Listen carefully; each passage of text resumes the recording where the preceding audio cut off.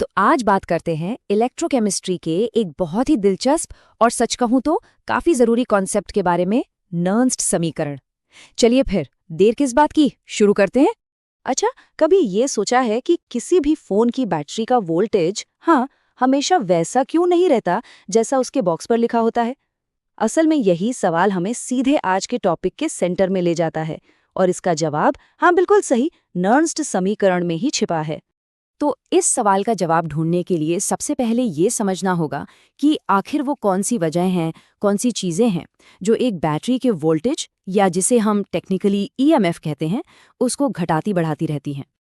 और यहीं पर एंट्री होती है वॉल्थर नर्न्स्ट के इस शानदार समीकरण की। पता है, ये एक तरह का ब्रिज है, एक पुल जो थ्योरी के दुनिया को असल दुनिया से जोड़ता है। मतलब ये हमें ठीक ठीक बताता है कि जब केमिकल्स का कॉन्सेंट्रेशन, यानी उनका घोल, गाढ़ा या पतला होता है तो बैटरी के वोल्टेज पर उसका क्या असर पड़ता है। तो फिर अब इस समीकरण को जरा बारीकी से देखा जाए। चलिए इसे डिकोड करते हैं और समझते हैं कि इसके हर हिस्से का क्या मतलब है। अब देखिए, यहाँ एक मजेदार बात है। इस समीकरण के दो रूप हैं। एक तो है इसका जनरल या कह लें मास्टर फॉर्मूला, जो किसी भी टेम्परेचर पर काम कर जाता है, और दूसरा है इसका एक सिंप्लीफाइड वर्जन, मतलब एक तरह का शॉर्टकट, जिसे हम खास तौर पर 25 डिग्री सेल्सियस यानी कमरे के तापमान पर इस्तेमाल करते हैं। और यकीन मानिए, ये हमारी कैलकुलेशन को बहुत बहुत आसान बना देता है। तो सवाल ये है कि इन सभी symbols E naught, R, T, N, F, Q, इनका मतलब क्या है? चलिए एक एक करके समझते हैं। E ये है एक्चुअल वोल्टेज जो सच में मिल रहा है। E नॉट या E डिग्री ये है स्टैंडर्ड वोल्टेज, मतलब वो किताबी वैल्यू जो एकदम आइडियल कंडीशंस में होती है। R और F ये तो बेचारी कॉन्स्टेंट्स है, इनकी वैल्यू हमेशा फिक्स रहती है। T जैसा कि सोचा जा सकता है, टेम्परेचर है। N ये बहुत जरूरी है, ये बताता है कि रिएक्शन में कितने इलेक्ट्रॉन्स का लेन देन हो रहा है।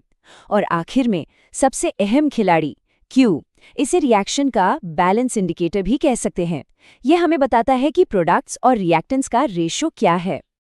चलिए, थ्योरी तो बहुत हो गई, अब इसे एक्शन में देखने का टाइम है।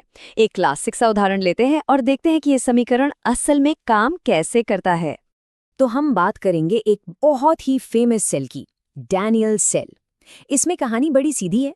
जिंक अपने इलेक्ट्रॉन्स कॉपर आयन को दे देता है। नतीजा, जिंक खुद आयन बन जाता है और कॉपर आयन सॉलिड कॉपर में बदल जाता है। इसे समझने के लिए ये एकदम परफेक्ट केस है।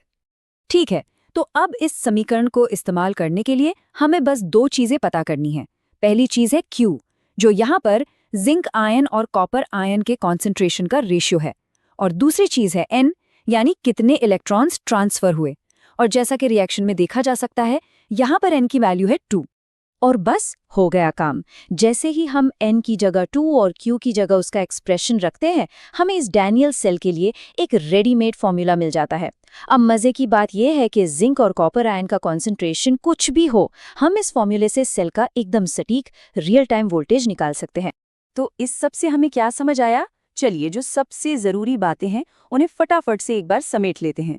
सबसे पहला और सबसे जरूरी पॉइंट, जब Q की वैल्यू 1 होती है, मतलब जब सब कुछ स्टैंडर्ड कंडीशंस में होता है, तब एक्चुअल वोल्टेज यानी E स्टैंडर्ड वोल्टेज यानी E0 के बराबर होता है।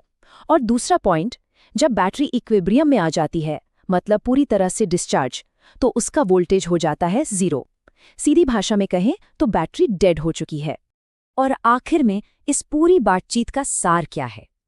सार ये है कि एक सेल का ईएमएफ या उसकी पावर सिर्फ इस बात पर निर्भर नहीं करती कि वो किन मेटल्स से बना है, नहीं, बल्कि इस बात पर भी निर्भर करती है कि उसके अंदर आयंस का कॉन्सेंट्रेशन कितना है। और क्योंकि ये कॉन्सेंट्रेशन लगातार बदलता रहता है, इसीलिए सेल का वोल्टेज भी कभी एक जैसा नहीं रहता। तो अब जाते जाते एक सवाल दिमाग में आता है। यही सिद्धांत जो हमने अभी अभी सीखा, वो हमारे आसपास मौजूद हर बैटरी, चाहे वो फोन में हो, लैपटॉप में या फिर इलेक्ट्रिक गाड़ियों में, उनकी लाइफ और परफॉर्मेंस को कैसे कंट्रोल करता है? अगली बार जब किसी डिवाइस की बैटरी परसेंटेज नीचे जा रही हो, तो एक पल के लिए इस नर्न्स समीकरण